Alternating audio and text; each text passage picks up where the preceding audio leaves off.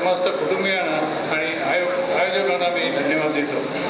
मी Tarapur education society, राही साय विद्यालय, तसेच बोईसर एज्युकेशन सोसायटीचे डॉक्टर सदा वर्तक विद्यालय आणि आमच्या कुटुंबियाच्या वतीने आपले चिंतन करतो, शुभेच्छा देतो.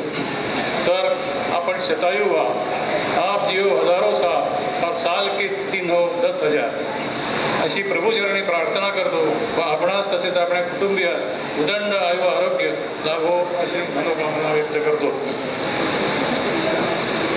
सर, आपण अगदी जाणीवपूर्वक म्हणजे स्वेच्छा हे सतीसेवान स्वीकारून शिक्षकी पेशा स्वीकारला. खरे तर शिक्षकी पेशा हा एक अत्यंत पवित्र असा पेशा आहे. ऋषीमुनींनी त्याचं वर्णन केलेलं आहे. गुरुर्ब्रह्मा गुरुर्विष्णू गुरुदेव महेश्वरा गुरु साक्षात परब्रह्म तस्मै श्री गुरवे नमः. इतकं महात्म्य ऋषीमुनीने सांगितलेलं आहे, इतकी महती या शिक्षकी पेशाची आहे. आणि सर, तुम्ही तर तुमच्या अंगीकृत कर्तृत्व गुणाने आणि निरलेस सेवेने शिक्षकी पेशाचा लौकिक द्विगुणित केला आणि त्याला सोन्याची झळाळी दिली असं माझं स्वतःचं मत आहे. सर, तुम्ही शासकीय नियमानुसार जरी निवृत्त झाला असलात तरी शिक्षकी पेशामधून कोणीही शिक्षक निवृत्त होऊ शकत नाही अखेरच्या क्षणापर्यंत. हा जगाचा नियम आहे. शिक्षक हा अखेरच्या क्षणापर्यंत स्वतः शिकत असतो आणि संपादित केलेलं ज्ञान इतरांना वाटीत असतो. नाही ज्ञानेन सदृशम पवित्र विद्यते असं मगाशी सांगितलं गेलं. हे ज्ञानदानासारखं पवित्र दुसरं कोणतंही दान नाही. ही एक आपली पूर्वजांनी सांगून ठेवलेली म्हण आहे. सर, तुम्ही तर हाडाचे शिक्षक तुम्ही देखील त्या नियमाला अपवाद कसे ठरू शकाल, म्हणून आपण घेतलेला हा शिक्षकी पेशाचा वसा असा निरंतर चालू ठेवावा अशी काळाची गरज आहे. सर, तुम्हाला वडिलांच्या बाबतीत मला थोडंसं सांगायचं आहे. ते असं की तुमच्या मागे कोणतीही कौटुंबिक जबाबदारी नाही. सांसारिक मायाजाळातून तुम्ही पूर्णतया मुक्त झालेले आहेत असं माझं मत आहे. तुमचे योगक्षेम वाहण्यासाठी तुमच्या मुली जावई हे पूर्णतः सक्षम आहेत आणि किंबहुना ते त्यांचं उत्तरदायित्व देखील आहे. तेव्हा आपण स्वीकारलेले विद्यादानाचे पवित्र प्रकृती स्वास्थ्य असेपर्यंत अखंडितपणे चालू ठेवावे अशी माझी इच्छा आहे, माझी विनंती आहे. आज समाजाला अन्न, वस्त्र आणि निवारा या 3 गोष्टीची जेवढी गरज आहे तेवढीच गरज शिक्षणाची देखील आहे, हे आपण देखील जाणता आहात. सर, आपल्या अध्यापन काळाकडे मागे वळून पाहताना असे आढळून येईल की आपण येण्याआधी माननीय वर्तक सरांनी विद्यालयाच्या प्रशासनाची विस्कटलेली घडी नीटपणे बसवण्याचे प्रयत्न सुरू केले होते. तदनंतर आपण सहभागी झालात आणि विद्यार्थ्यांमधील मनगळ झटकून आणि विद्यार्थ्यांमधील शिस्तीला प्राधान्य दिले. विद्यार्थ्यांच्या मनामध्ये गुरुजनाविषयी आदर निर्माण व्हावा म्हणून स्वच्छ प्रशासनाची जोड दिली. अशा तऱ्हेने आपल्या कर्तृत्वाचा एक आगळं ठसा आपण उमटवला आणि विद्यालयाला एक नवा चेहरा मिळवून दिला. अशा तऱ्हेने विद्यालयाची प्रगतीकडे वाटचाल सुरू असतानाच आपल्या सोबतीला आमचे स्नेही, आमचे मार्गदर्शक माननीय जोशी सरासारखे प्रतिभाशाली आणि ध्येयवादी शिक्षकाची जोड मिळाली. सर, मी म्हणेन की हा खरोखरच विद्यालयासाठी, संस्थेसाठी एक दुग्ध शर्करा योग होता आणि त्या सर्वांच्या योगदानातून विद्यालयाला एक उच्चकोटीचा आयाम मिळाला आणि हे आमच्यासाठी खरोखरच अभिमानास्पद असे आहे. आणि ह्याच पार्श्वभूमीवर वर्तक सरांना प्रथम जिल्हा पुरस्कार, आदर्श शिक्षक म्हणून जिल्हा पुरस्कार मिळाला आणि त्याच्यानंतर वर्तक सरांना ह्या 1986 साली राज्य पुरस्काराने गौरवण्यात आले. तसेच विद्यालयाला देखील 10,000 रुपयाचे रोख पारितोषिक देऊन गौरव केला. बरोबर विद्यालयासाठी आणि संस्थेसाठी हा सुवर्णकाळ होता असे म्हटल्यास वावगे ठरू नये. सर, आपण 1966 साली पदोन्नती मिळवून विद्यालयाचे पर्यवेक्षक झाला आणि 1986 साली मुख्याध्यापक पदाची सूत्रे हाती घेतली. आपण मुख्याध्यापक पदाच्या कार्यकाळामध्ये अनेक धाडसी निर्णय घेतले, नवनवीन उपक्रम कार्यान्वित केले. विद्यालयासाठी शिक्षणप्रेमी जनतेकडून भरघोस देणग्या मिळवल्यात. ही बाब विद्यालयाच्या दृष्टीने अत्यंत मोलाची आहे असे मला वाटते. खरोखरीच आपले योगदान शब्दाच्या पलीकडेले आहे हे निर्विवाद सत्य आहे. आपण ठाणे जिल्हा विज्ञान अध्यापक मंडळाचे 10 वर्ष अध्यक्ष होता, ही बाब देखील तुमच्या आणि आमच्यासाठी देखील खरोखरच गौरवाची आहे असे आम्ही मानतो. आता एक उतारा वाचतो सर. काही माणसं पक्क्या हाडाची छत्रछाया पुरवीत राहतात, अस्तित्वाचा गंध दरवळून चंदनासम झिजत राहतात, गर्दीत मोजकी असली तरी सत्कार्याची गती होतात, समाजमानाचे ऋण पचवत अहंकाराला माती देतात, कर्तव्याला त्यांच्या कधी नसतो परी नसते कक्षा, चालत असतो प्रवास त्यांचा फुलवत मने रुजवीत आकांक्षा. हे तसं पाहिलं तर तुमच्या बाबतीत सुद्धा तंतोतंत पटेल असं मला आशा आहे. खरे तर अलीकडे समाजामध्ये नैतिक मूल्याचा ऱ्हास होत आहे. पैसा, प्रसिद्धी आणि सत्ता मिळवण्यासाठी अवघी नीतिमत्ताच पायदळी तुडवली जात आहे. सामाजिक प्रदूषणाने अवघे मानवी जीवनच उद्ध्वस्त झालेले आहे. अशा वेळी जे समाजामध्ये नीती अधिष्ठित सेवेचे व्रत चालवित आहेत त्यांच्या कार्याचा उचित गौरव होणे अत्यंत गरजेचे आहे असे आम्हाला वाटते. सर, शेवटी एक निवेदन. सर, आजकाल आपल्या सभोवताली जे अराजक माजलेले आहे त्याच्याकडे डोळसपणे पाहिले तर अनुभवास येईल की रात्र वैऱ्याची आहे. समाजामध्ये विघातक प्रवृत्ती बळावत आहे. सामान्य माणसाचे अवघे जीवनच उद्ध्वस्त होत आहे. महिलांवरील अत्याचाराने तर कळसच गाठला आहे. हिंसाचार आणि भ्रष्टाचाराची तर मोजत सुद्धा होऊ शकत नाही. ज्यांच्या हाती सत्ता आहे ते भ्रष्ट आहेत. शासन दुबळं आहे. अपराध्यांना शिक्षा करण्यासाठी पुरेसे कायदे नाहीत. इतर राज्यांच्या तुलनेत सामाजिक सुरक्षिततेसाठी नाही असुरक्षिततेसाठी बाबतीत महाराष्ट्र आघाडीवर आहे. म्हणजे एवढी महाराष्ट्राची बदनामी झालेली आहे. एकेकाळी सुशिक्षित आणि सुरक्षित असा लौकिक असलेल्या महाराष्ट्राची प्रतिमा कलंकित झालेली आहे. या भयानक परिस्थितीला आळा घालायचा असेल तर विद्यार्थी दशेपासून सुरुवात करावी लागेल. विद्यार्थ्यांवर सुसंस्कार करणे, त्यांच्यामध्ये असलेल्या बुद्धिमत्तेला योग्य वळण देऊन त्यांची जडणघडण करून देशासाठी जबाबदार नागरिक बनवणे ही केवळ शिक्षकच करू शकेल. म्हणून आजही माझी शिक्षकांनी आपल्या क्षमतेनुसार योगदान दिले तर निश्चितच त्याचा फायदा आणि परिणाम दिसू शकेल. प्रयत्न वाळूचे कणा रगडता धेलही गळे या उक्तीप्रमाणे जर प्रयत्न केले तर त्याच्यानं निश्चितपणे काहीतरी निष्पन्न होईल आणि ही जबाबदारी जर आपण स्वीकारली नाही तर भविष्य आपणास क्षमा करणार नाही. या पार्श्वभूमीवर मी तरुण आणि तरुणींना देखील सल्ला देईन की आता आपण थोडंसं परावलंबित्व सोडून द्या आणि स्वतः आपलं संस्वरक्षण करण्याकरता आत्मसंरक्षण करण्याकरता सिद्ध झालं पाहिजे. कारण येणारा काळ अतिशय भयंकर आहे आणि आपला सरळपणे निभावं लागणं अलीकडच्या काळामध्ये शक्य नाही. म्हणून आम्हाला सगळीकडे जे फिरावं लागते आणि त्या परिस्थितीमध्ये एकट्या दुकड्या फिरण्यापेक्षा संघटित असावं.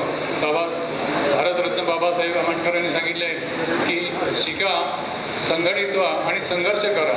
आपण प्रत्येक वेळी एकत्र येऊन संघर्ष केला तर त्याच्यात निश्चितपणे काहीतरी निष्पन्न होईल. वक्त का तकाजा है की जूझो तूफान से कहाँ तक चलोगे किनारे किनारे. असं म्हणतात की आता हे समोर येणाऱ्या आव्हानाला आपण सामोरं गेलं पाहिजे, त्याचा मुकाबला केला पाहिजे.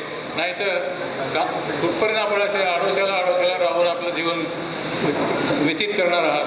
तेव्हा स्वयंसिद्ध झालं पाहिजे, स्वसंरक्षणाची तयार राहिलं पाहिजे अशी मला आपल्या तरुण आणि तरुणींना सुद्धा सांगायचं वाटते. ऑफेन्सची शक्ती असणे म्हणजेच खरं डिफेन्स आहे हे आपण समजलं पाहिजे. भले आपण गुन्हा घडेल परंतु त्याच्यातनंच खरं आपलं डिफेन्स दुसऱ्याला कळून येईल. अन्यथा आपण दुबळ्याची अहिंसा आणि नपुसकाचा शील त्याला जगामध्ये कवडीचीही किंमत नसते. तेव्हा अशा तऱ्हेने आपण स्वयंसिद्ध झालं पाहिजे, स्वयंपूर्ण झालं पाहिजे, आत्मसंरक्षणासाठी प्रयत्न केले पाहिजेत. आणि मी सरांना जसं सांगितलं की तुम्ही एकटे नाही, तुमच्या मागे खूप लोक आहेत आणि तुम्ही जर प्रयत्न केले, सुरुवात केली तर तुमच्या मागून जमाव येत जाईल. आणि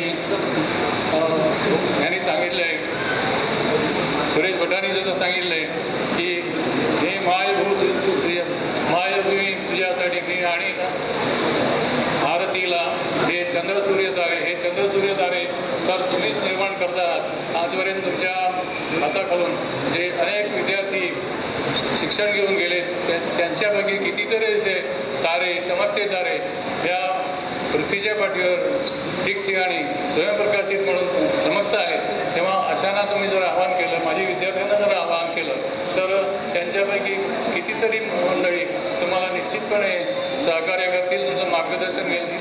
अजूनपर्यंत मला अभिमान वाटतो तुमचा देखील की तुम्ही अजून देखील निरनिराळ्या विषयांचं शिक्षण विद्यार्थ्यांना देत आहात. परीक्षेच्या वेळी खास करून शाळेमध्ये येऊन आणि तुम्ही मार्गदर्शन करता, हे कितीतरी मोलाचं आहे आणि हेच तुम्ही चालू ठेवा तर पुढच्या भविष्यासाठी निश्चितपणे ते उपयोगी पडेल असा माझा एक तुम्हाला सल्ला आहे, विनंती आहे, अपील आहे.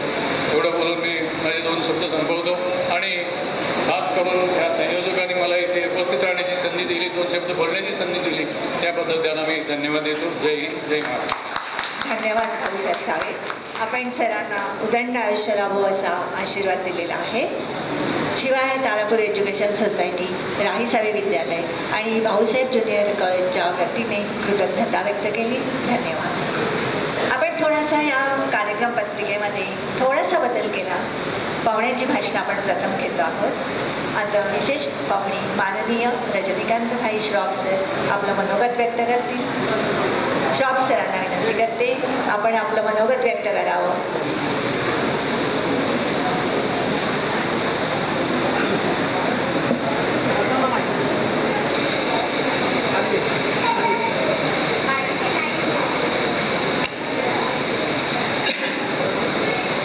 मान सन्मान हे अनेक प्रकारचे मान सन्मान किंवा सत्कार असतात.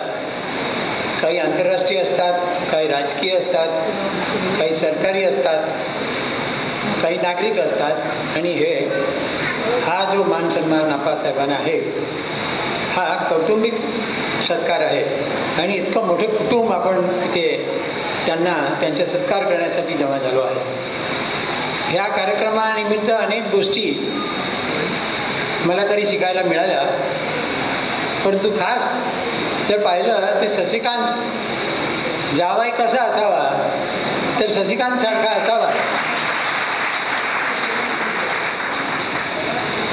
फार 25-30 वर्षापासून मी शशिकांतला ओळखतो. इथून SSC पास तो झाला. त्यानंतर त्यांचे काका माझे खास मित्र होते जगन्नाथ राऊत, तेही बोईसरला अनेक वेळ भेटायचे. तर अनेक असे प्रसंग होतात आणि काही नवीन गोष्टी आपल्याला जाणायला मिळतात. आता असं म्हटलं जातं की लहानपणा देगा देवा. सर्वांना इच्छा असते लहान मुलासारखं आपण पळत राहावं आणि लहान जेव्हा असतो तेव्हा मोठे होण्याची धाव असते आपली. कुठेतरी मोठं व्हावं, कुठेतरी मोठं काम करावं. आणि जसं जसं आपण मोठे होत गेलो त्यानंतर जेव्हा वृद्धत्व आपल्यासमोर दिसते तेव्हा वृद्धत्व कसा पडेल त्याची वाट पाहतो. म्हणजे वृद्धत्व न देव न वृद्धत्व आपल्याला न मिळो असं आपण नेहमी म्हणत राहणार. परवा एका ह्याच्यामध्ये वाचलं की प्रत्येक आपण जेव्हा श्वास घेतो तर प्रत्येक श्वासला आपण मृत्यूला आमंत्रण देतो, त्याच्या जवळ जातो. आता ह्याच्यावरती अनेक लोकांनी संशोधन केलं आहे, मी पण अनेक प्रयोग करतो आहोत. तर मी एक शोधलं आहे त्याच्यामध्ये की आपण जेव्हा प्रत्येक श्वास घेतो तेव्हा श्वास घेण्याची प्रक्रिया आपल्याला फार जाणीवपूर्वक आपण श्वास घेत असतो. तर आपल्याला मृत्यूला जर लांबवायचं असेल किंवा वृद्धत्व आपल्याला जवळ आणायचं नसेल तर काय केलं पाहिजे. तर श्वास घेण्यापेक्षा उच्छ्वास जो आहे तो लांबवला पाहिजे. म्हणजे ती प्रक्रिया लांबते. वृद्धत्व येण्याची एजिंग, डिलेईंग एजिंग असं ज्याला म्हणतात, आपण पण अनेक लोक याचे अभ्यासी आहात. तर ती प्रक्रिया आपल्याला लांबवता येते आणि हा माझा स्वतःचा अनुभव आहे. प्राणायामबद्दल अनेक गोष्टी लिहिले गेले आहेत, अनेक कार्यक्रम पण येतात. परंतु प्रत्येकाने आपला प्राणायाम म्हणजे आपला जो प्राण आहे त्याची दोस्ती कशी करावी. तर एक दुसरं मी त्याच्यातली जोड ठेवली आहे की प्राणादित्य प्रभाते दर्शनम सकाळी ज्यांना सूर्याचं दर्शन होत नसेल त्यांनी पूर्व दिशे पाहून ना श्वास घ्यावा आणि त्याच्यापेक्षा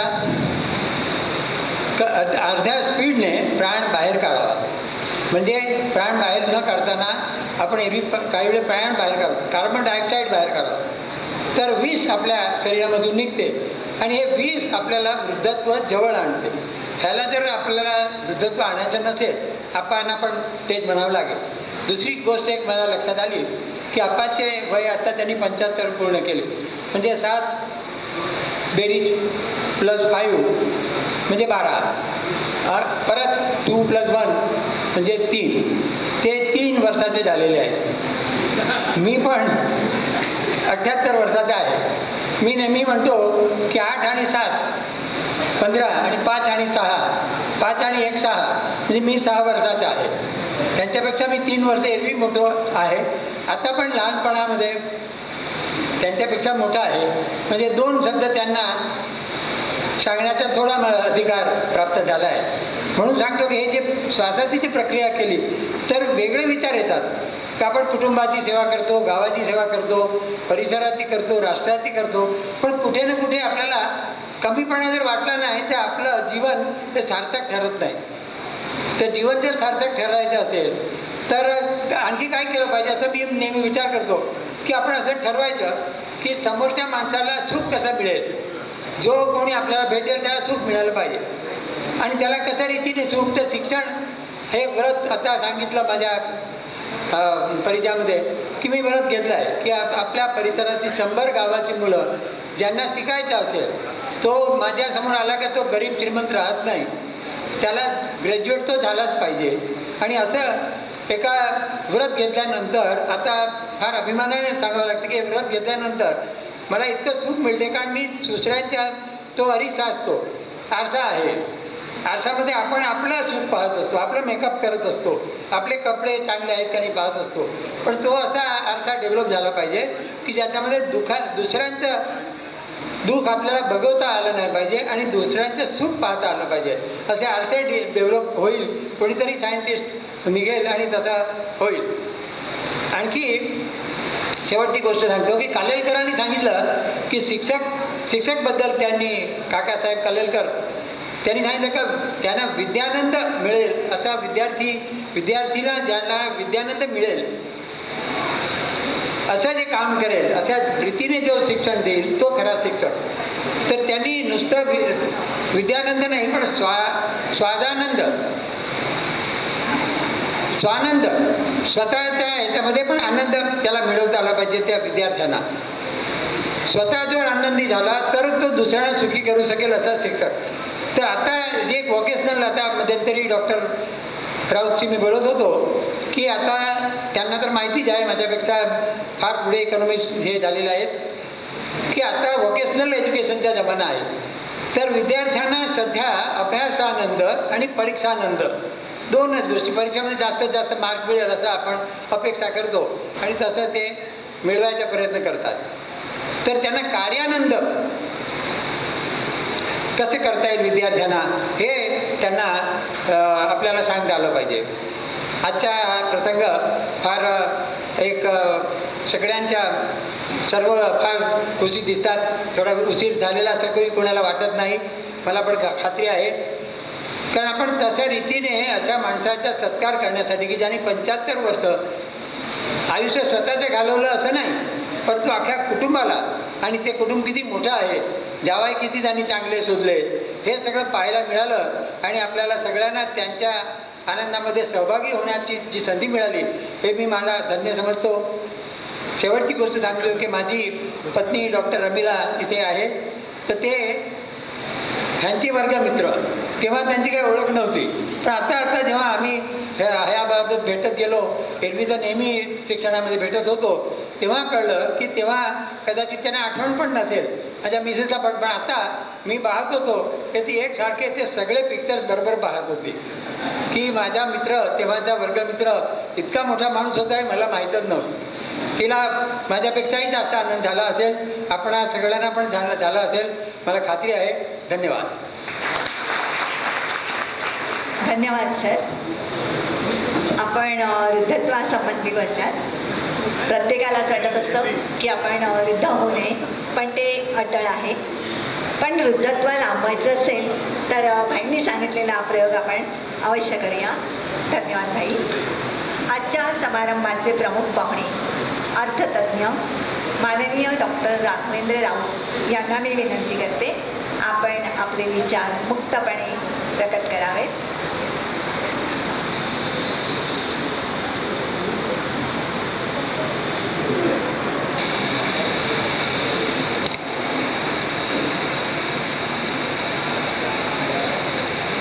हा सुविद्या सभागृह तारापूर, बोईसर, चिंचणी भागातील इतके सुविद्य सुज्ञ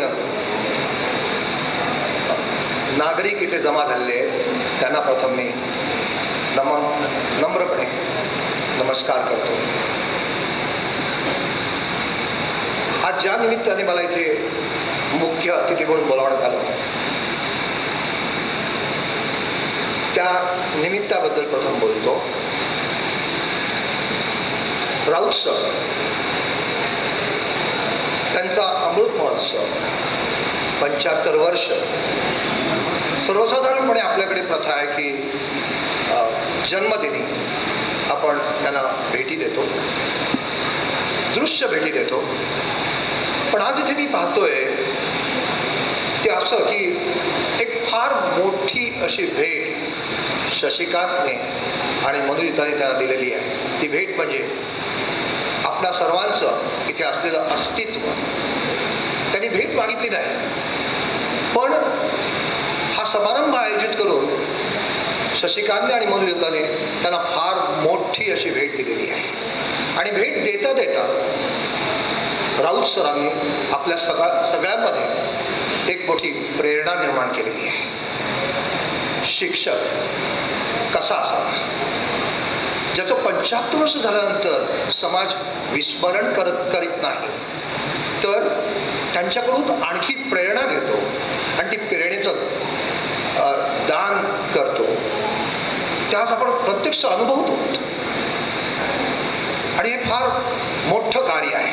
म्हणून प्रथम मी मधुरिता आणि शशिकांतचं कौतुक करतो. ज्या प्रकारे त्यांनी हा समारंभ आयोजित केला आहे, हा वेगळ्या प्रकारचा आहे. ह्या निमित्ताने मी जेव्हा इथे बसलो होतो आणि समारंभ सुरू होण्याच्या अगोदर माझा सुसंवाद झाला तो सरांशी, राऊत सरांशी आणि तिथले एक फार मोठं व्यक्तिमत्व रजनीभाई श्रॉफ. जेव्हा मी त्यांच्याशी भेटलो तेव्हा मी फक्त एकच भावना अनुभवली माझ्या मनामध्ये, विनम्र विनम्र आणि विनम्र. मी नतमस्तक झालो, विनम्र झालो त्यांच्यापुढे. इतर भव्य व्यक्तिमत्व आहेत आमच्या समाजातले. माझ्या मनात अजूनपर्यंत असं होतं की मी इतकं शिक्षण केलं, इतके दौरे केले, इतके विद्यार्थी निर्माण केले. आतमध्ये कुठेतरी मनामध्ये अहंकार निर्माण झाला होता, तो विरघळून गेला. हे दोन सूर्य इतके तळपत आहेत की त्यांच्या सान्निध्यात गेले 15-20 मिनिटं मी बसलो आणि माझ्या सगळ्या डिग्र्या, माझे सगळे अनुभव हे एखाद्या बर्फाप्रमाणे विरघळून गेले. कारण त्यांनी जे कार्य केलेलं आहे इथे त्याला तोड नाही. मी आजपर्यंत जे काही अनुभवलं आहे, जे काही वाचलं आहे, ते फक्त कोल्हापूर, सांगली, सातारा, पुणे ह्या महाराष्ट्रातल्या काही विकसित भागातल्या शिक्षण सम्राटाविषयी वाचलेलं आहे. आपण शिक्षण सम्राट म्हणतो, ते शिक्षण सम्राट आहेत, अर्थसम्राट आहेत, प्रचंड पैसा कमवतात शिक्षणामधून, शिक्षणाचा व्यापार करतायत. आणि इथे तर मी भेटतोय एका शिक्षण महर्षीला, ऋषितुल्य व्यक्तीला, रजनीकांत श्रॉफ. एवढं मोठं व्यक्तिमत्व इथे असताना मला आज प्रश्न पडला की का मी माझ्या गावापासून दूर गेलो, इतकी अनेक वर्ष मी का बाहेर राहिलो. मी जर यांच्या सान्निध्यात असतो तर कदाचित माझं व्यक्तिमत्व अधिक खुललं असतं. ते खरे सर्जनशील आहेत आणि त्या रजनीकांत श्रॉफनी ज्या संस्था इथे उभा केल्या त्या संस्थेचा एक घटक म्हणून आमचे राऊत सर. ह्याचा अर्थ दोन प्रचंड व्यक्तिमत्वांचं मिलन इथे झालेलं आहे. एक संस्थापक, निर्माता, जो निर्माण करतो अनेक संस्था, शिक्षण संस्था, आणि एक जाळं पसरतो आपल्या भागामध्ये मुलांच्या बौद्धिक विकासासाठी. आणि त्या जाळ्यामध्ये राऊत सरांसारखा एक हिरा निर्माण केला जातो, जो आणखी प्रसार करतो चांगल्या शिक्षणाचा, जो त्यांच्यासारखे अनेक विद्यार्थी त्यांच्यासारखेच आणि त्याच्याहीपेक्षा मोठे विद्यार्थी निर्माण करतो, जे जगामध्ये अनेक ठिकाणी भ्रमंती करतात आणि जगाचा, आपल्या देशाचा विकास करण्यात हातभार लावतात. हे सगळं ही सगळी यांची निर्मिती आहे. निर्माण करणारा फक्त परमेश्वर असतो, तो निर्माण करतो. पण हे तर आपल्या भूतलावर निर्माण करणारे ईश्वर आहेत. मग एका संवादामध्ये राऊत सर मला म्हणाले, मी परमेश्वरावरती विश्वास ठेवत नाही, मी विज्ञानावर विश्वास ठेवतो. सत्य आहे सर, पण परमेश्वर म्हणजे कोण? तो मूर्तीमध्ये आम्ही बघत नाहीत, तो आम्ही माणसामध्ये बघतो. तो अदृश्य आहे आणि ती अदृश्य शक्ती ही आपल्या कार्याने आपणच निर्माण करत असतो. आणि ती शक्ती राऊत सरांनी एवढ्या त्यांच्या काळामध्ये निर्माण केलेली आहे. कारण ती ते स्थिर राहिले या भागामध्ये, ते स्थिर राहिले आणि सतत शिक्षणाचं योगदान करत राहिले, काहीही कसलीही अपेक्षा न करताना. अपेक्षा करणं हा मूळ मानवी धर्म आहे, जो त्या मानवी धर्माशी सुसंगत वागत नाही, पण त्यापेक्षा मोठा होतो तो मानवी ईश्वर असतो. आणि राऊत सर, तुम्ही त्या प्रकारातले आहात. तुम्ही कुठल्याही प्रकारची अपेक्षा केली नाही. तुम्ही सायन्सचे त्या काळातले ग्रॅज्युएट, पदवीधर, आणि तुम्ही खूप मोठे झाला असतात, कारण त्या काळामध्ये शास्त्र शाखेमध्ये खूप मोठे मोठे विद्वान निर्माण झाले. त्यांनी खूप पैसा कमावला, काही परदेशी जाऊन स्थिर झाले. पण तुम्ही मात्र आपल्या ह्या गावामध्ये येऊन शिक्षणाचं योगदान करत राहिलात आणि त्यामुळे तुम्ही स्थिर राहिला. स्थिर राहिल्यामुळे तुम्ही एक प्रकारची गंगोत्री निर्माण केली. एका ठिकाणीच थांबला आणि ही गंगोत्री निर्माण केली. आणि त्यासाठी तुम्हाला सहकार्य, किंवा मी असं म्हणेन की तुम्हाला आशीर्वाद मिळाला तो रजनीकांत श्रॉफ सारख्या एका मोठ्या शिक्षण प्रेमी व्यक्तीचा. हे खरंच तुमचं भाग्य. मी तुमच्यापेक्षा थोडा वयाने कमी असेल, पण त्या काळात तुमच्यावर आलो असतो तर काही वेगळं झालं असतं असं आज सुद्धा वाटतं. म्हणून मी पुन्हा पुन्हा म्हटलं की माझ्या मनातली भावना आहे जी विनम्र विनम्र आणि विनम्र, मी तुमच्यापुढे पूर्णपणे विनम्र झालो. सर, तुमच्यामध्ये जेव्हा मी सर म्हणतो तेव्हा राऊत सर, तुमच्यामध्ये मला एक मानवी भांडवल निर्माण करणारा एक सर्जनशील शास्त्रज्ञ दिसतो. शास्त्रज्ञ हा नवीन निर्मिती करणारा असतो. तो वेगवेगळे प्रयोग करतो, नवीन निर्मिती करतो, नवीन वस्तू निर्माण करतो, नवीन तंत्रज्ञान निर्माण करतो.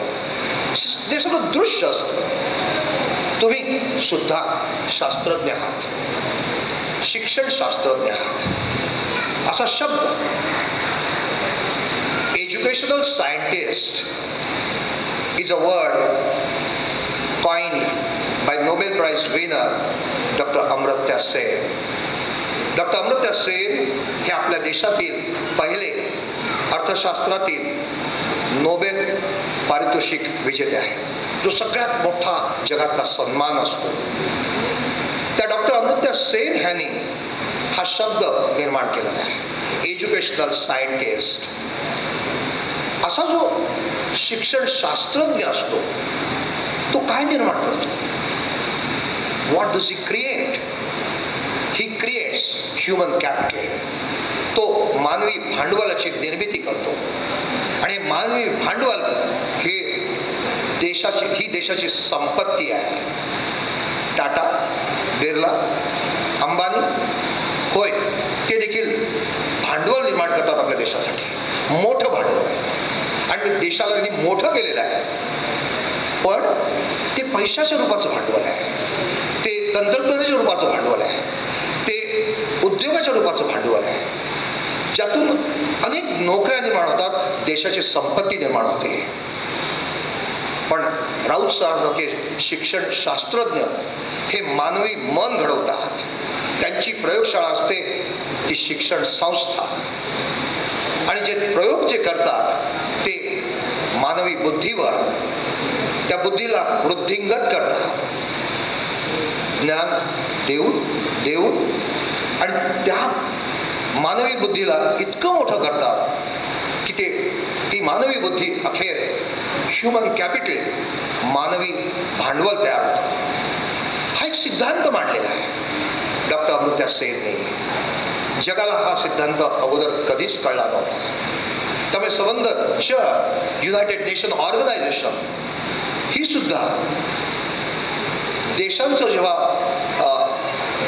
एक इव्हॅल्युएशन करायचे, मूल्यमापन करायचे, तेव्हा ते फक्त धरायचे देशाचं उत्पन्न, राष्ट्रीय उत्पन्न.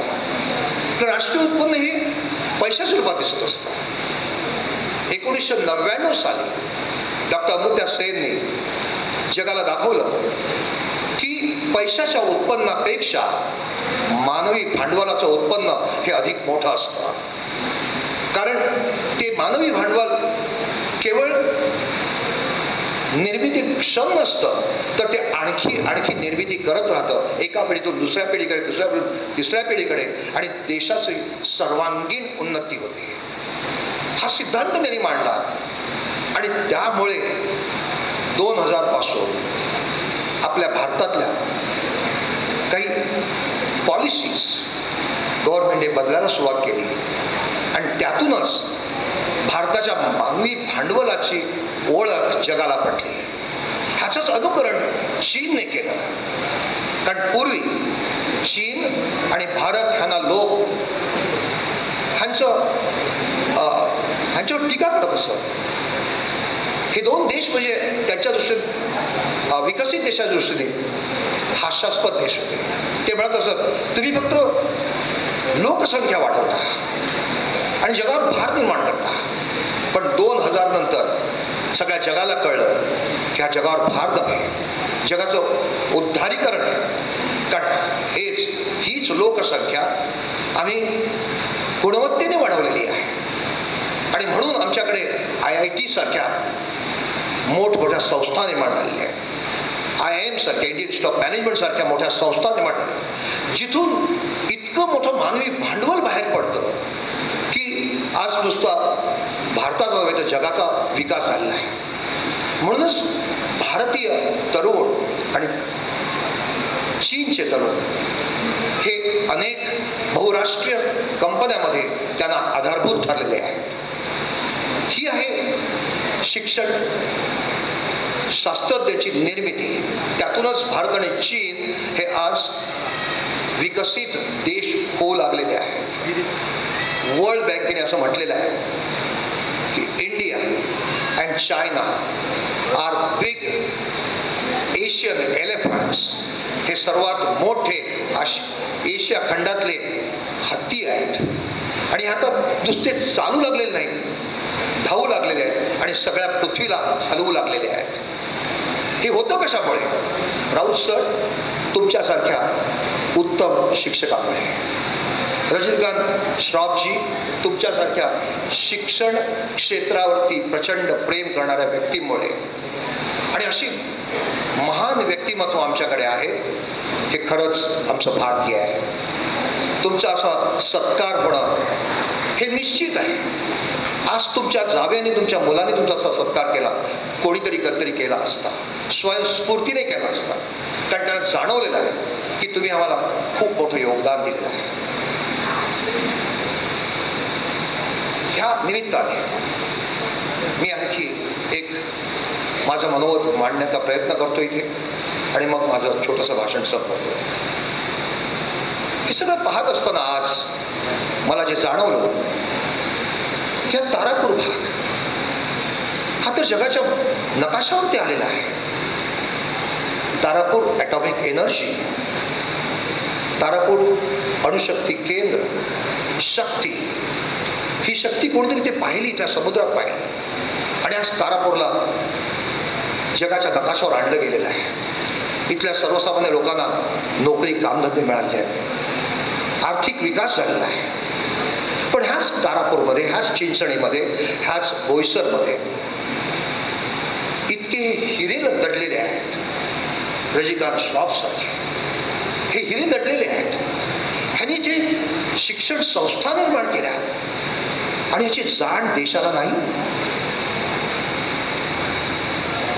त्याच संस्था त्यांच्या निर्माण केल्यात, त्याचं मूल्य हे तारापूर अणुशक्ती केंद्रापेक्षाही मोठं आहे माझ्या मते. कारण त्यांनी खरी निर्मिती केली आहे. अशी नसती केली तर इथल्या मुलांनी कदाचित तिकडे नोकऱ्या केल्या असत्या, कदाचित मुंबईला शिक्षण केले असते. उत्तम शिक्षण संस्था निर्माण केल्या. जसे आता रजनीभाई बोलले की व्होकेशनल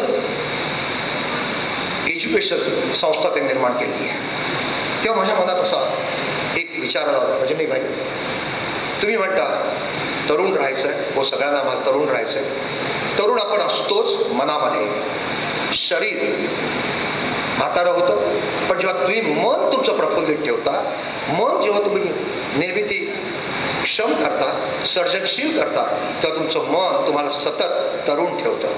आणि तसे तुम्ही तरुण आहात, जसे राऊत सर तरुण आहे. तुमच्या ह्या शक्ती आहेत. ह्या शक्ती घेऊन मला असं सूचित करावं असं वाटतं की तुम्ही एवढ्या संस्था काढल्या, मोठ्या केल्यात, करता आहात. मग इथे आमच्या इथे तारापूरमध्ये आपण एक युनिव्हर्सिटीज का करू नये? का आपण मुंबई युनिव्हर्सिटीकडे जावं? आज शिक्षणाचे कायदे बदललेले आहेत. विशेषतः डॉक्टर अमृता सेनच्या सिद्धांतानंतर हे कायदे बदलले गेले आणि ऑटॉनॉमस युनिव्हर्सिटीज म्हणजेच स्वयंसिद्ध विश्वविद्यालय निर्माण करण्याची परमिशन गव्हर्नमेंटकडून मिळते. मग अशा संस्था ज्या मुंबई युनिव्हर्सिटीला अटॅच्ड आहेत, अशा निर्माण तुम्ही केल्या, तुमची निर्मिती कळलेली आहे. पण या संस्था एका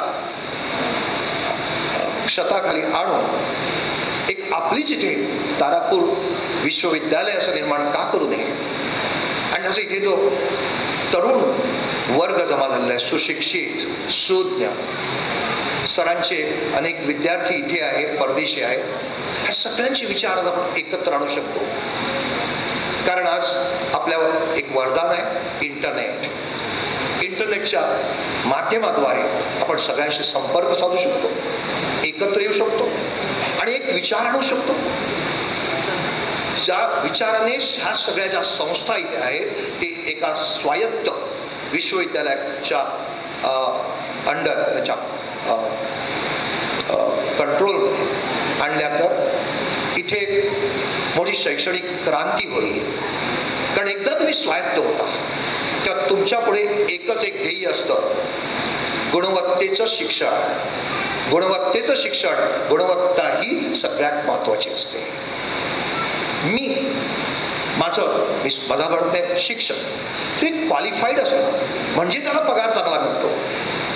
हे एक समीकरण झालं, सामाजिक समीकरण झालं. पण जेव्हा एखादा शिक्षक उत्तम शिक्षक असतो त्याच्याकडे कदाचित खूप डिग्र्या नसतील, पण शिक्षणाची कला असते. कारण शिकवणं ही एक कला आहे, चित्रकलाचा आहे.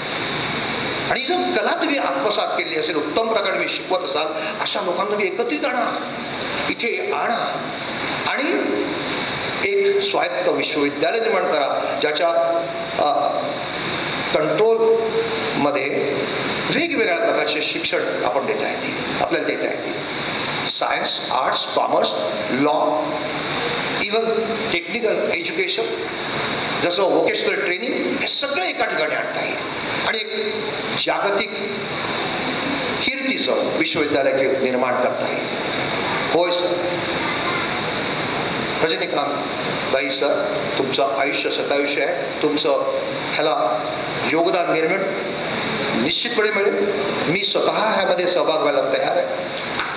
आपण सर्व मिळून हे जर एकदा ठरवलं तर इथली एक वेबसाईट आपण तयार करू शकतो. सगळ्या विचारांना एकत्र आणू शकतो आणि एक शक्ती सुरुवातीला निर्माण करू शकतो आणि हळूहळू विश्वविद्यालयाच्या रूपाने आपण वाटचाल करू शकतो असं मला वाटतं. हा एक विचार मी मांडलेला आहे. हा जो विचार प्रत्यक्ष कृतीत आणला तर काही वर्षात, कदाचित पुढील 5 वर्षात 10 वर्षात हे तारापूर हे नुसतं अणुशक्ती केंद्र नसेल तर उत्तम शिक्षणाचं शक्ती केंद्र असेल आणि तसं केंद्र आपण केलं पाहिजे. तर इथला सगळा भाग नुसता नोकऱ्यांनी विकसित होणार नाही, बुद्धीने विकसित होईल आणि अनेक बुद्धिमान तरुण इथून निर्माण होतील आणि ते केलं पाहिजे असं मला वाटतं.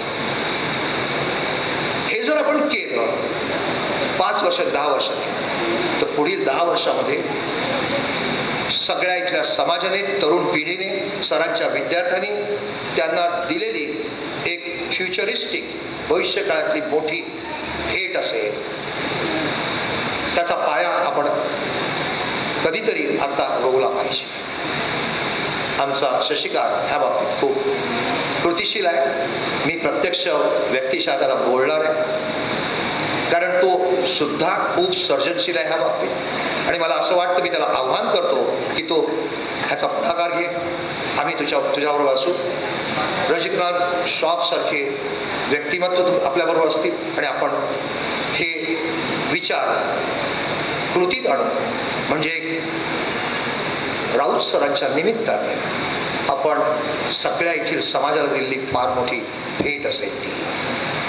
ह्या बाबतीत एक तुम्हाला सांगतो आणि माझं भाषण संपवतो.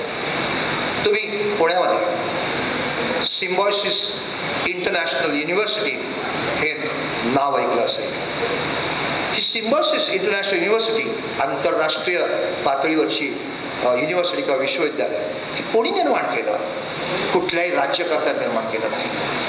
अनेक राज्यकर्ते आज त्यांच्या संस्था उभ्या करतात.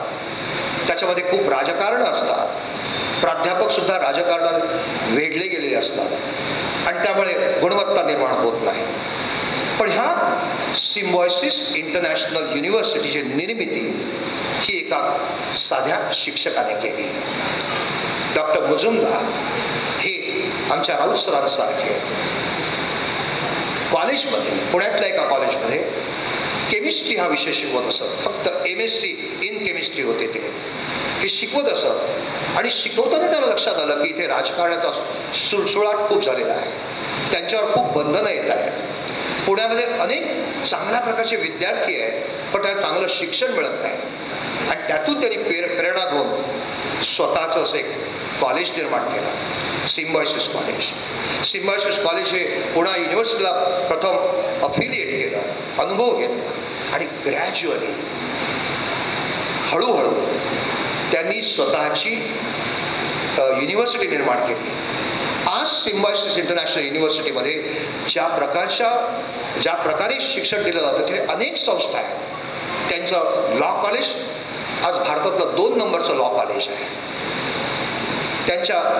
त्यांची school of economics, Symbiosis school of economics 2 नंबरची स्कूल ऑफ इकॉनॉमिक्स भारतामध्ये आणि 6व्या नंबरची स्कूल ऑफ इकॉनॉमिक्स संबंध जगामध्ये अशी त्यांनी निर्माण केली आहे. त्यांच्याकडे आज Symbiosis institute of business management ही भारतातली 6व्या नंबरची बिझनेस इन्स्टिट्यूट आहे. प्रत्येक इन्स्टिट्यूट ही जागतिक कीर्तीची आहे. अनेक विद्वान त्यांनी निर्माण केले आहेत आणि ही स्वायत्त आहे. ह्याच्यामध्ये कुठल्याही प्रकारचा राजकीय त्याच्यामध्ये इंटरफिरन्स किंवा मधल्यामध्ये ढवळाढवळ नाही आहे. हे असं आपण करू शकतो. रजनीभाईंकडे बघून, राऊत सरांकडे बघून हे विचार मला सुचले. मी फक्त मांडण्याचं काम केलं. त्या निमित्ताने राऊत सर तुम्हाला शतायुष लाभो असं मी, तुम्ही ईश्वराला मानत नाही पण जी काही शक्ती आहे त्या शक्तीकडे विनंती करतो, प्रार्थना करतो. रजनीभाई, तुमची साथ सुद्धा त्यांना मिळावी. सावे साहेब ह्यांचं सुद्धा इंडस्ट्री रूपाने किंवा कसल्याही रूपाने याला सहकार्य मिळावं आणि एक शक्ती निर्माण व्हावी अशी त्या परमेश्वराकडे, अदृश्य परमेश्वराकडे प्रार्थना करून मी माझं छोटंसं भाषण संपवतो. मला इथे एवढा आदर दिल्याबद्दल तुमचे सर्वांचे धन्यवाद. थँक्यू. धन्यवाद राघवेंद्र भाई. खरोखर आपण उच्च विद्याविभूषित, पण आपल्या ज्ञानाला आणि विद्येला विनयाची झालर आहे.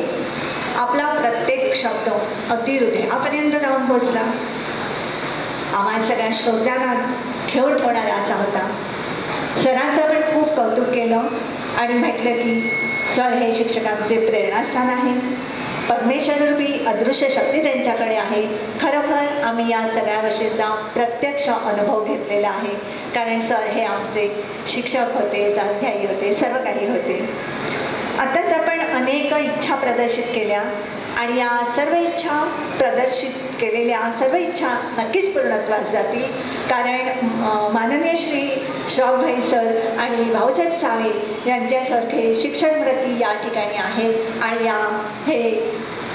या सर्व आपल्या इच्छा शैक्षणिक दृष्टीने व्यक्त केलेल्या इच्छा नक्कीच पूर्णत्वास जातील असं मी अपेक्षा करते.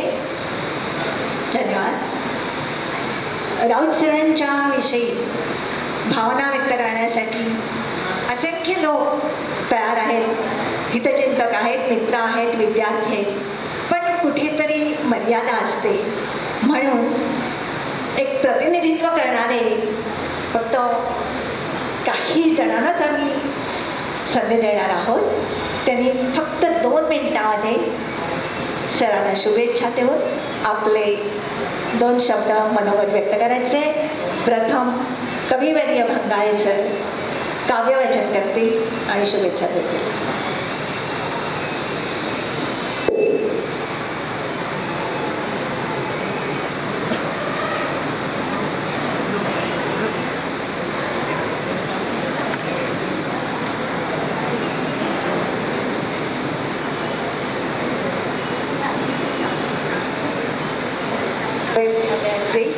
माजी मुख्याध्यापक भंगाळे सर.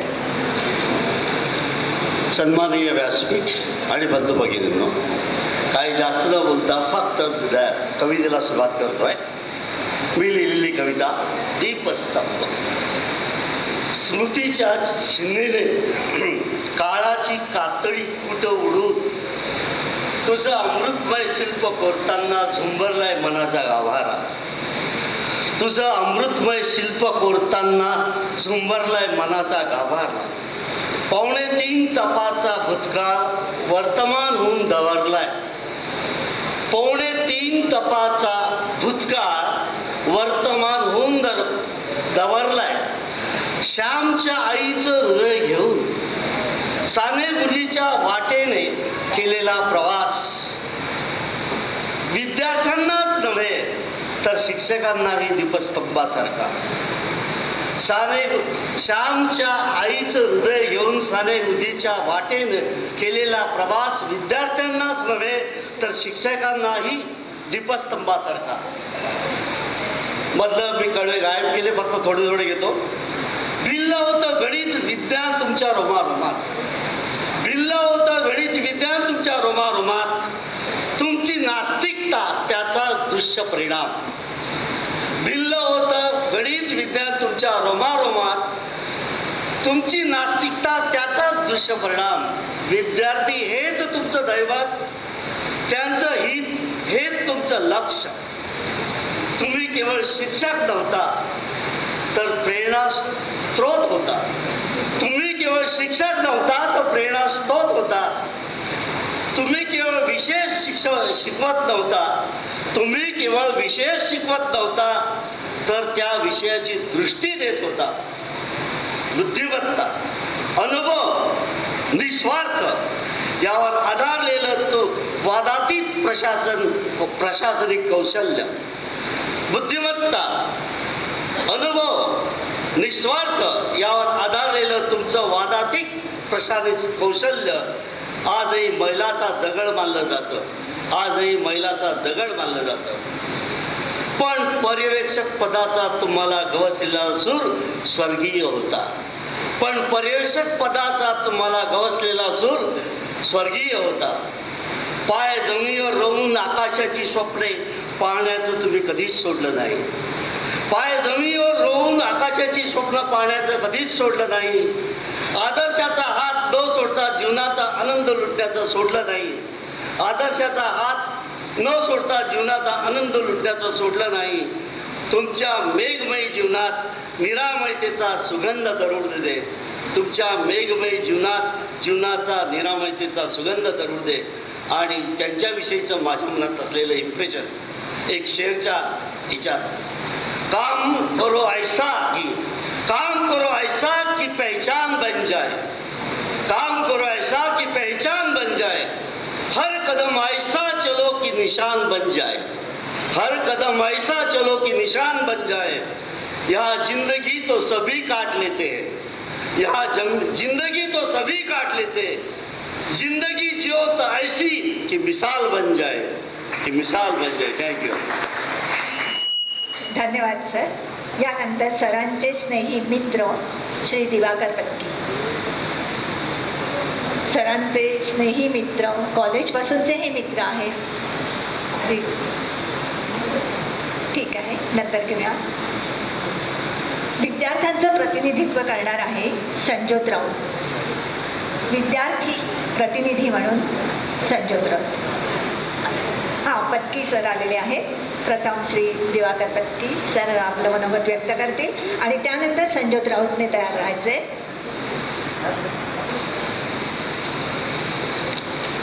अध्यक्ष महोदय आणि आजची उत्सव मूर्ती राऊत सर आणि इतर स्टेजवरील मंडळी आणि माझ्या प्रियजनांना, आत्तापर्यंत आपण जे काही ऐकलं त्याच्यावरून आपल्याला असं दिसतं आहे की श्रीकृष्णाने ज्याप्रमाणे गीतेत सांगितलं की कर्मण्येवाधिकारस्तु मा फलेषु कदाचन, राऊत सरांचं आत्तापर्यंत आयुष्य तसंच गेलेलं आहे आणि पुढेही तसंच जावं. जीवेत शरदा शतम, नुसतं जीवेत शरदा शतम असं नाही तर त्यांचं पुढचं आयुष्य अत्यंत आरोग्यदायक जावं अशी शुभेच्छा मी करतो. आभारी. धन्यवाद. धन्यवाद. संजोत राऊत. विद्यार्थी पाऊणशे वयोमान सरांचं झालेलं आहे. मी त्यांना आणि मॅडमना सुखसमृद्धीचं पुढचं आयुष्य जावं आणि चांगले आरोग्य त्यांना लाभावं अशी शुभेच्छा देतो. मी एकच सांगतो की एक शिक्षक म्हणून सरांनी जे आमच्यावर मोलाचे संस्कार केले, आज परिस्थिती अशी होते की जुनी मूल्य, जुन्या ट्रॅडिशन त्या पिढीने ज्या जोपासल्या त्या काहीतरी आता गैरलागू झाल्यात, इरिलिव्हंट झाल्यात असं वाटलं जातं. आजही त्या लागू आहेत. मला एकच सांगायचं आहे की शिक्षक आणि विद्यार्थी संबंध जो आहे हा एक विद्येचा पुरवठादार आणि दुसरा तो लाभार्थी या पद्धतीने न बघता शिक्षकांच्या एका पिढीने या देशाचं जे एक मूल्य दिलेली आहेत या समाजाला त्याचा गौरव करण्याचा आजचा हा दिवस आहे. मला जाताना एकच शेवटी आठवण एक सांगायची आहे, मी न राहून ती सांगतोय की काय म्हणजे परिस्थिती कशी असते आणि शिक्षकाला काय करावं लागतं. एकदा 8वीच्या वर्गात असताना असं घडलं होतं की शेजारच्या वर्गामधला एक विद्यार्थी त्याने एका पोरगेलेच एक शिक्षक आले होते, त्यांची एक छेड काढली. छेड काढल्यानंतर ते शिक्षक थोडे अपमानित झाले, चिडले, त्यांचा आवाज मोठ्याने यायला लागला. आवाज यायला लागल्यानंतर सर आम्हाला शिकवत होते 8वीच्या वर्गात, जुनी शाळा होती, ते माळवट होती आणि खालचा आवाज वरती, वरचा खालती असं जायचं. एका मिनिटामध्ये सरांनी हातातला खडू त्या टेबलावर ठेवला, त्या ठिकाणी ते गेले, ज्या वर्गावर गेले तिथे ज्या मुलाने छेड काढली त्या मुलाला पुढची 4 मिनिटं त्या फ्लोअरला फक्त सरांचा आवाज घुमत होता. आणि पिनड्रॉप सायलन्स म्हणजे काय हे ज्याला अनुभवायचं असेल त्याला ती वेळ योग्य होती. 4 मिनिटामध्ये ते प्रकरण संपलं. संध्याकाळी शाळा सुटणाऱ्या त्या मुलालाही आठवलं नाही आणि त्या शिक्षकालाही आता आठवत नसेल की असा काहीतरी प्रकार त्यावेळेला घडला होता. आजच्या नियमांच्या आणि त्या सगळ्या शिक्षण कायद्यांच्या चौकटीमध्ये हा प्रश्न हाताळायचा एवढं सोपं नाही आहे. मला परवाच या गोष्टीची जस्ट आठवण झाली, न राहिलं आणि ही आठवण सांगितली. मी सरांना पुन्हा एकदा शुभेच्छा देतो. धन्यवाद. धन्यवाद. खरं तर मी काव्य वाचन करायला येणार नव्हते, कारण माझी कविता ऑलरेडी पुस्तकामध्ये छापलेली आहे, ती सर्व वाचणारच असाल. पण तरीसुद्धा मोनाच्या आग्रहाखातर मी त्याचे उपस्थित आहे. तर मी सरांबद्दल गरज अशी एक कविता लिहिली आहे. बघा. कोण आहे रे तिकडे, ए बबन छडी आण. हे शब्द कानी पडताच मुलांची उडे दाणादाण. शाळेचे कान टवकारले जात, भिजल्या मांजरागत सारे वर्गात. वाचलो म्हणून कोणी निश्वास सोडत, हाती पडेल ते पुस्तक उघडत. कधी त्यांच्या विनोदाने सारा वर्ग हसत असे, मग मार खाणारा हातही संभ्रमात पडत असे. काळ वेगाने सरकत आहे, मन भूतकाळात रमत आहे. शिस्तीचे धडे देणाऱ्या गुरूंचा आजही शोध घेत आहे. वर्तमानात परत येताना ओरडून ते आता सांगत आहे, प्रत्येक शाळेला आज अशा राऊत सरांची नितांत गरज आहे, नितांत गरज आहे. 75वा वाढदिवस म्हणून अमृत महोत्सव सोहळा साजरा होत आहे. त्यानिमित्ताने त्यांच्याविषयी तर फार लोकांनी सांगितलं आहे, मोठ्या मोठ्या व्यक्तींनी भाषणं केली आहेत, सगळं सांगून झालं आहे. त्यांच्याविषयी आम्ही अधिक बोलणं काय बरोबर नाही, पण आमच्या पण अशा काही आठवणी होत्या, पण वेळेचं बंधन आहे. तरी आमचे भाई आमच्यासाठी एक प्रेरणास्थान आहे. त्यांच्या प्रेरणेने आम्ही अनेक गोष्टी केल्या. आजही कोणाही आमच्या कुटुंबातल्या व्यक्तीवर काही संकट किंवा काही प्रसंग उतरला तर ते न सांगता स्वतःहून असतात, लागेल ती मदत करतात. प्रसंगी शब्दाची पैशाची जी करण्यासारखी असेल ती करतात. आज हा सोहळा आपण साजरा करतोय, अशा आमच्या भाईंसाठी आमच्या तीर्थरूप बंधूंनी फार मोठं योगदान दिलेलं आहे. आज ते 82 वर्षाचे आहेत. त्यांचा असा सोहळा जर आपण केला नाही, तसा योगही कदाचित आला नसेल किंवा काही कारण असेल. आज या सोहळ्याच्या संपन्नतेसाठी त्यांच्या निमित्ताने ती बंधू आज 82 वर्षाचे आहेत, त्यांना असा सोहळा झाला नाही म्हणून त्यांच्या सत्कार मूर्तीसोबत निरोगी निरामय सुखी समृद्ध दीर्घायुष्य लाभो हा व आम्हा आज्ञाधारकांना दीर्घकाळ त्यांचे कृपाक्षेत्र लाभो अशी विधात्याचरणी नम्र विनंती करतो. धन्यवाद. धन्यवाद.